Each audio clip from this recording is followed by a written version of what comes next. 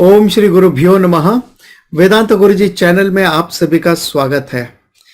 हर महीने के पहले शनिवार को होता है हमारा Q&A सेशन और इसमें क्वेश्चन पूछने के लिए आप आपके क्वेश्चंस हमारे किसी भी वीडियो के नीचे कमेंट सेक्शन में भेज सकते हैं या नीचे टेलीग्राम का लिंक दिया है, आप उसे ज्वाइन कर ले और वहां भी आप अपना क्वेश्चंस भेज सकते हैं।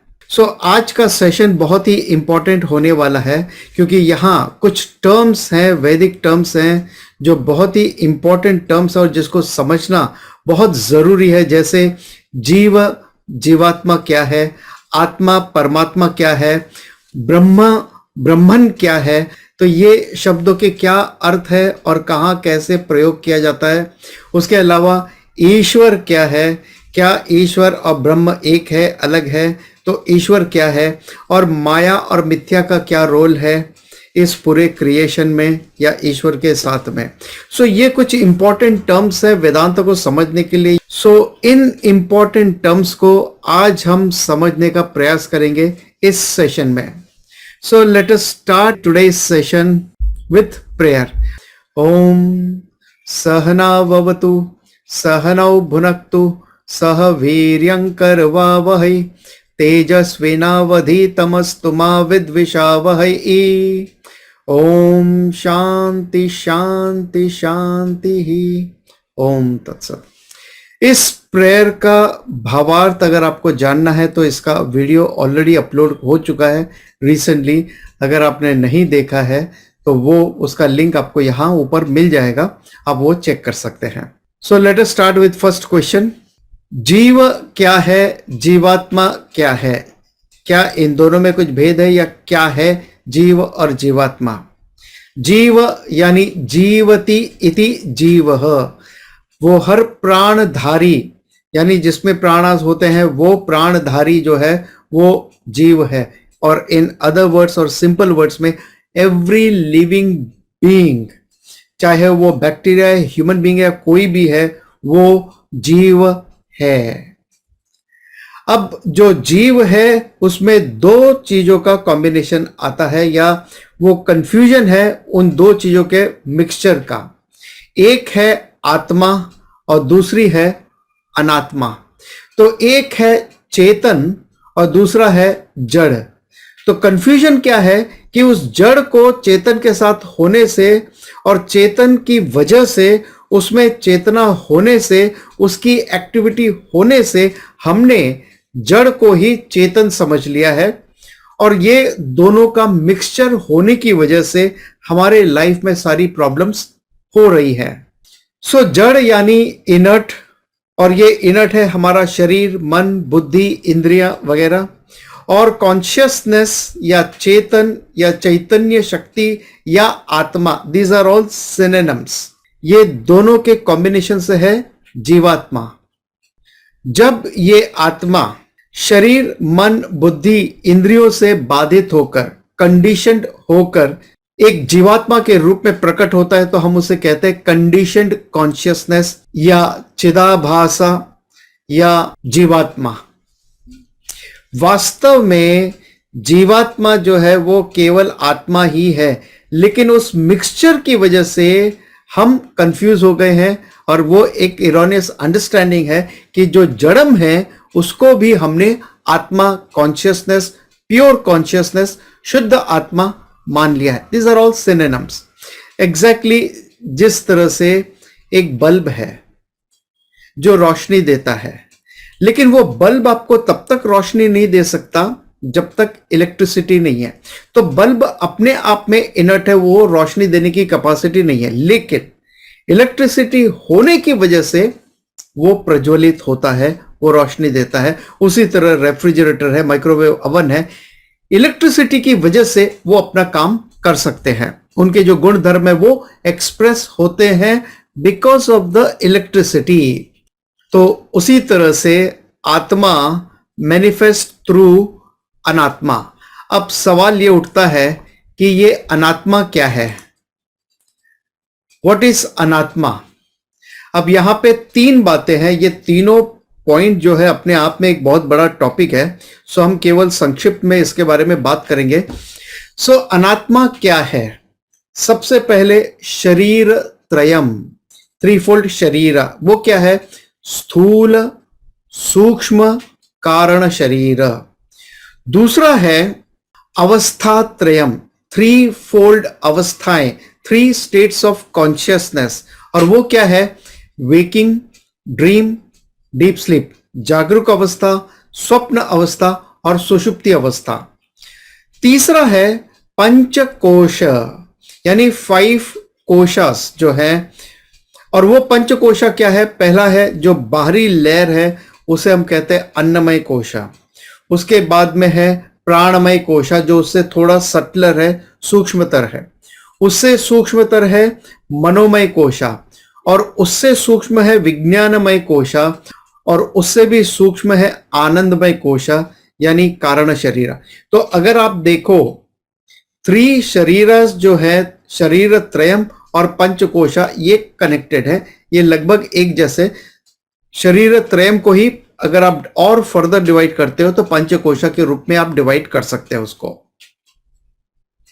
प्रॉब्लम कहां हो रही है कि जब हम इन 3 चीजों को, यानी जो शरीर त्रयम है, अवस्था त्रयम है, पंचकोशा है, इनको आत्मा के साथ जोड़कर या इनकी उपाधि हम आत्मा को देते हैं, ये जड़म की उपाधि आत्मा को देते हैं, या आत्मा की उपाधि, चैतन्यम की उपाधि इस जड़म को देते हैं, ये मिक्सचर होने की वजह से सारी प्रॉब्लम्स हैं। सभी प्रॉब्लम्स की रूट, जड़ यही मिक्सचर है, यही एरोनियस अंडरस्टैंडिंग है। तो वास्तव में जीवात्मा क्या है? ब्रह्म ही है। जैसे जगत गुरु आदि शंकराचार्य जी कहते हैं, ब्रह्म सत्यम जगन मिथ्या जीव ब्रह्मैव ना परह, अर्थात ब्रह्म एकमात्र सत्य है और ये सारा जगत जो है उस ब्रह्म का ही मैनिफेस्टेशन है, इसलिए वो मिथ्या है। और जो जीव है वो ब्रह्म ही है, उसके अलावा और कुछ नहीं। जीव ब्रह्म से सेपरेट, अलग नहीं है। तो ये है जीवात्मा। So let's move on to the next question. आत्मा क्या है? परमात्मा क्या है? आत्मा और परमात्मा क्या है? सो आत्मा और परमात्मा, दीज आर सिनोनिम्स। आप आत्मा कह सकते हो, परमात्मा कह सकते हो, प्योर कॉन्शियसनेस कह सकते हो, सच्चिदानंद स्वरूप आत्मा है ये, जिसका स्वरूप सत चित आनंद स्वरूप है, जो सदा एग्जिस्ट करता है, हमेशा नित्य रहता है। चित यानी जो चैतन्य शक्ति प्रदान करता है आपको, और आनंद यानी परिपूर्णता का वो स्वरूप है। उसको जानने के बाद आपको और कुछ जानने की इच्छा नहीं रह जाती, और कुछ हासिल करने के लिए बाकी नहीं रह जाता। इसलिए जब आप अपने पूर्णत्व को जान लेते हो तो आनंद स्वरूप आपको खुद ब खुद मिल जाता है। सो आनंद ऐसा नहीं कि किसी ऑब्जेक्ट को, किसी परिस्थिति को आप इंजॉय करते हो और उससे आपको खुशी मिलती है, वो आनंद नहीं। आप अपने परिपूर्ण स्थिति को, जो आत्म स्वरूप है, पूर्णता है, उसे जब आप जान लेते हो तो आप मुक्त हैं और वो आनंद स्वरूप है। आत्मा इज मिस्टेकन एज शरीर त्रयम, मगर आत्मा जो है इस शरीर त्रयम से परे है। जो हमने पिछले क्वेश्चन में 3 बातें बताई थी कि अनात्मा क्या है? शरीर त्रयम है, अवस्था त्रयम है और पंचकोशा है। तो अब आत्मा क्या है? आत्मा ये 3 बातों से बाधित नहीं है, लिमिटेड नहीं है, रिस्ट्रिक्टेड नहीं है। वो 3 बातें क्या? शरीर त्रयम से परे है, यानी वो 3 शरीर से बाधित नहीं है। ये 3 शरीर कौन से? स्थूल, सूक्ष्म, कारण शरीर तक ये बाधित नहीं है। ये सब पेरिशेबल है, ये सब मिथ्या है, और आत्मन सत्यम है। दूसरा, आत्मन अवस्था त्रय से बाधित नहीं है। अवस्था त्रय क्या? Waking, dream, deep sleep state, यानी जागरूक अवस्था, स्वप्न अवस्था, सुषुप्ति अवस्था। इन तीनों स्थितियों से वो बाधित नहीं है। वो तुरिया स्थिति, यानी इन तीनों में भी विद्यमान है और उससे परे भी है, उसको हम कहते हैं तुरिया स्थिति। तो ऐसा नहीं कि ये तीन स्थितियों में नहीं है और चौथी स्थिति पे जाओगे तब आपको आत्मन मिलेगा, नहीं, तो वो लिमिटेड हो गया चौथी स्थिति तक, ऐसा नहीं है। तो वो तीनों स्थिति पे है, लेकिन तीनों स्थिति से वो बाधित नहीं है, लिमिटेड नहीं है, it goes beyond that and that is state of तुरिया। और पंच महाकोश कोशातीत है, यानी वो पांच कोशों तक बाधित नहीं है, वो उसके परे है। तो इसका मतलब ये नहीं है कि ये पांच कोश जब आप क्रॉस करोगे तब जाके आनंदमय कोशा को क्रॉस करने के बाद आपको आत्मा मिलेगी, ऐसा नहीं है। ऑल द वे अन्नमय कोशा से आनंदमय कोशा तक आत्मा विद्यमान है और उससे बाधित भी नहीं है, उससे परे भी है। सो पंचकोशा अपने आप में बाधित है, लिमिटेड है, लेकिन आत्मा वहां से बाधित नहीं है। सो आत्मा is not restricted by this three things, शरीर त्रयम, अवस्था त्रयम और पंचकोशा से वो बाधित नहीं है। और एक बात, आत्मा इस शरीर का कोई पार्ट, हिस्सा नहीं है, इस शरीर का कोई प्रोडक्ट या आउटपुट नहीं है, इस शरीर की कोई प्रॉपर्टी भी नहीं है।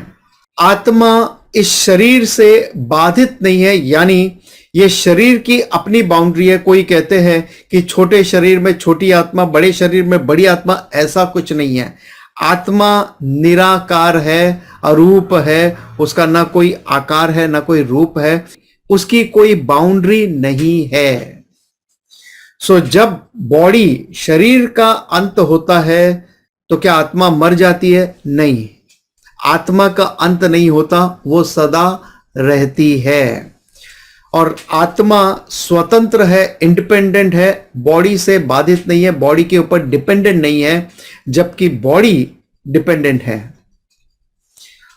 शरीर के चले जाने के बाद आत्मा तो रहती है, लेकिन हम उसे कांटेक्ट नहीं कर सकते, वो अव्यक्त अवस्था में रहती है और केवल कोई उपकरण के माध्यम से ही हम जान पाते कि आत्मा का अस्तित्व हमें नजर आता है या दिखाई पड़ता है या हम समझ पाते हैं। जैसे फॉर एग्जाम्पल, अगर आपके घर पे लाइट चली जाती है तो आप बगल के घर में जाओगे, देखोगे कि भाई उनके घर का पंखा, लाइट चालू है क्या? वो उपकरण है, आप इलेक्ट्रिसिटी को नहीं देख सकते, वो अव्यक्त है।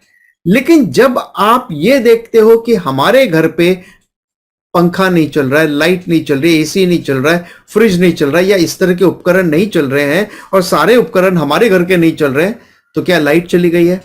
क्या केवल हमारे घर की लाइट गई है या पूरे सोसाइटी की लाइट गई है? तो आप जाके नेबर को पूछोगे या नेबर आपको पूछेगा, तब तसल्ली है। सो उसी तरह से जिस तरह से इलेक्ट्रिसिटी अव्यक्त है और वो केवल व्यक्त होता है, मैनिफेस्ट होती है उपकरणों के माध्यम से, उसी तरह से आत्मा अव्यक्त है और मैनिफेस्ट होती है उपकरणों के माध्यम से। जैसे मैं बोल रहा हूं और आप सुन रहे हैं, आप मुझे अभी देख रहे हैं, तो ये कैसे संभव है? आत्मा की वजह से। जब कोई कहता है कि मुझे पहले आत्मा दिखाओ तो मैं मानूं कि आत्मा है, अरे भाई, आप आत्मा है इसीलिए आप देख पा रहे हो, सुन पा रहे हो, समझ पा रहे हो, बोल पा रहे हो, हाथ पैर हिला पा रहे हो, बिकॉज ऑफ द आत्मा ओनली। तो उसको आप क्या दिखाओगे? वो तो सोर्स है आपके किसी भी एक्टिविटी का। सो ये तो बड़ा शॉर्ट माइंडेड या शॉर्ट थिंकिंग है ये, कि आप पहले मुझे आत्मा दिखाओ फिर मैं मानूं कि आत्मा है। अरे वो देखने की वस्तु है ही नहीं, वो निराकार अरूप है, निर्गुण है, उसको आप देख ही नहीं सकते। आत्मा सर्वगत है, सर्वव्यापी है, अव्यक्त है। आत्मा निर्गुण है, निराकार है। आत्मा अनादि है, अनंत है। आत्मा एकम है, अद्वितीयम है। यानी आपकी आत्मा मेरी आत्मा अलग अलग नहीं है। जैसे इलेक्ट्रिसिटी सारे शहर की एक ही है, लेकिन जो इलेक्ट्रिसिटी सप्लाई आप कितना कंज्यूम करते हो उसका मीटर अलग है, बट इलेक्ट्रिसिटी पर से एक ही है। पानी सारे शहर का एक ही जगह से आता है, एक ही सोर्स से आता है, वो एक ही है, लेकिन अलग अलग नलों से, अलग अलग घरों में, अलग अलग पाइपलाइन से वो सप्लाई होता है, लेकिन पानी एक ही है। स्पेस एक ही है। हमने वॉल खड़ी कर दी, ये रूम स्पेस है, ये किचन स्पेस है, ये हमारे घर का स्पेस है, ये नेबर के घर का स्पेस है, बट स्पेस वास्तव में एक ही है। उस बाउंड्री की वजह से हम कहते हैं ये अलग अलग है, but we can not divide space. उसी तरह से आत्मा को हम डिवाइड नहीं कर सकते, वो एकम है, अद्वितीयम है। अब एक इंपॉर्टेंट पॉइंट है यहां पर, आत्मा शब्द जो है वो परमात्मा के लिए खास तौर पे यूज में आता है। तो अब तक जो हमने बताया था आत्मा या परमात्मा के स्वरूप के बारे में बताया था, लेकिन कई बार शास्त्रों में आत्मा का उपयोग लिमिटेड सेंस के लिए भी किया जाता है एंड नॉट फॉर परमात्मा। लिमिटेड सेंस यानी जब सूक्ष्म शरीर और कारण शरीर के लिए भी आत्मा का शब्द यूज किया जाता है। जब कहते हैं ना किसी व्यक्ति की मृत्यु हो गई तो हम कहते हैं उसकी आत्मा को शांति मिले, उसकी आत्मा ने देह त्याग दिया। तो आत्मा कहीं जा नहीं सकती क्योंकि वो तो सर्वगत है, और जो सर्वगत है वो कहां जाएगी, इमूवेबल है वो तो। सो आत्मा कहीं नहीं जा सकती। लेकिन जब हम कहते हैं आत्मा शरीर को छोड़ के चली गई, तो यहां पर आत्मा का मतलब है सूक्ष्म और कारण शरीर, ये परमात्मा नहीं है। सो आत्मा शब्द एक ही है, लेकिन अलग अलग कॉन्टेक्सचुअली यूज होने से उसके अर्थ बदल जाते हैं, भले एक शब्द है। तो कई लोग कंफ्यूजन में आ जाते हैं कि ये आत्मा और वो आत्मा यानी परमात्मा और सूक्ष्म कारण शरीर एक ही है। नहीं, आत्मा शब्द is used sometime for the limited sense also and for the absolute sense also। तो जब हम absolute sense में यूज करते हैं then it is आत्मा इज परमात्मा, और जब हम रिलेटिव सेंस में यूज करते हैं तो वो आत्मा सूक्ष्म शरीर कारण शरीर को दर्शाता है। या कभी कभी इस फिजिकल बॉडी के लिए भी हम आत्मा शब्द यूज करते हैं। सो आत्मा शब्द एक ही है, मेनली वो परमात्मा के लिए, चैतन्य शक्ति के लिए, सच्चिदानंद स्वरूप जिसका है उसके लिए आत्मा परमात्मा का यूज होता है।